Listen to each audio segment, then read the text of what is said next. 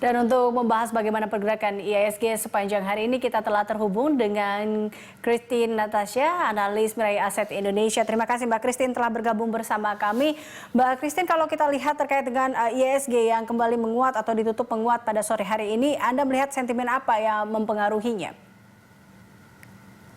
Jadi kalau kita lihat memang terdorong dari sentimen global juga karena harapan dari stimulus untuk ekonomi Amerika Serikat dan juga vaksin virus corona ya. Maka IHSG juga ditutup menguat walaupun masih sangat tipis. Lalu kalau dari dalam negeri kita juga lihat Presiden Joko Widodo meyakini bahwa adanya sinyal-sinyal untuk pertumbuhan ekonomi yang semakin jelas gitu. Walaupun beliau juga mengatakan bahwa jangan sampai kita lengah untuk dalam menghadapi pandemi COVID-19 yang menjadi akar dari masalah kemerosotan ekonomi kita. Lalu dari Bank Indonesia juga dia menilai bahwa beberapa indikator ekonomi juga semakin jelas bahwa ekonomi Indonesia ini sudah mulai bangkit. Gitu.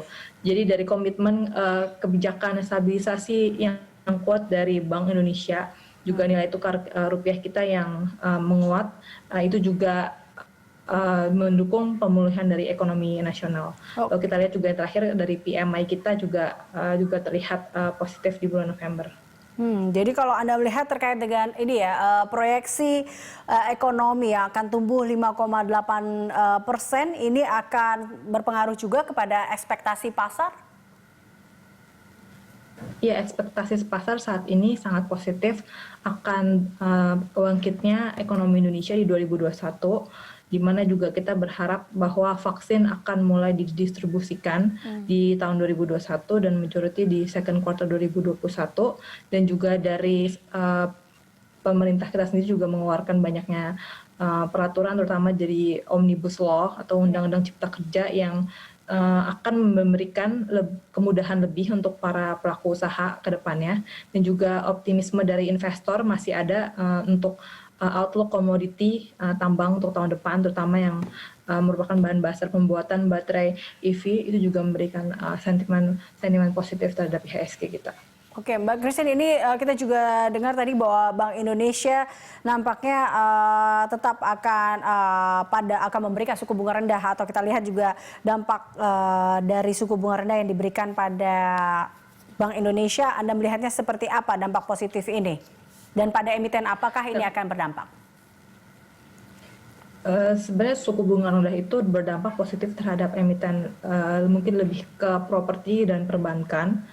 Dan juga kita harapkan dengan suku bunga yang rendah ini, ekonomi kita dapat bergerak kembali, jadi banyak yang dapat seenggaknya kayak meminjam uang dari bank dengan suku bunga yang rendah, yang dimana itu juga akan menjadi motor penggerakkan ekonomi kita ke depannya gitu. Jadi lebih dari situ sih. Oke, Mbak Christine, yang juga menarik terkait dengan emiten konstruksi yang sekarang sedang berbunga-bunga ini, kita lihatnya, Anda melihat bagaimana prospek dari emiten konstruksi ini sendiri? Kalau kita lihat memang dari RAPBN 2021 kita yang budgetnya itu lebih tinggi untuk infrastruktur kita, yaitu juga memberikan sentimen positif selain karena dibukanya opsi SWF, di mana investor asing dapat langsung investasi di infrastruktur Indonesia, itu juga memberikan sentimen positif terhadap toll road construction, terutama waskita ya. Jadinya makanya selain karena ekonomi kita yang akan bertumbuh di 2021 karena pembukaan ekonomi, makanya hal-hal tersebut juga memberikan sentimen positif terhadap emiten construction. Oke, baik. Dengan kita lihat bahwa ada juga suku bunga rendah hingga Omnibus Law, bahwa tadi juga biaya RAPBN untuk konstruksi juga meningkat di tahun 2021. Anda melihat bahwa ini seberapa besarkah juga akan berpengaruh terhadap BUMN konstruksi ke depannya? Kalau saya lihat sih sentimen memang positif, namun kita lihat juga nanti realisasinya bagaimana ke depannya, dan juga dari run rate-nya gimana nanti pas di awal tahun, karena memang sebenarnya kalau construction itu sebenarnya run rate-nya itu lebih tinggi itu di fourth quarter gitu. Jadi mungkin sentimen positif masih akan ada sampai realisasinya apakah itu terrealisasi sesuai dengan harapan gitu di tahun 2021. Untuk saat ini, kalau saya lihat sih memang hanya sentimen dulu, sentimen pasti naik dulu kan biasanya untuk harga saham. Oke, kita lihat sore hari ini IHSG berada di level 5.800-an dan Anda melihat apakah kita mampu untuk mendapatkan target IHSG 6.000 di akhir tahun menurut Anda, Mbak Christine?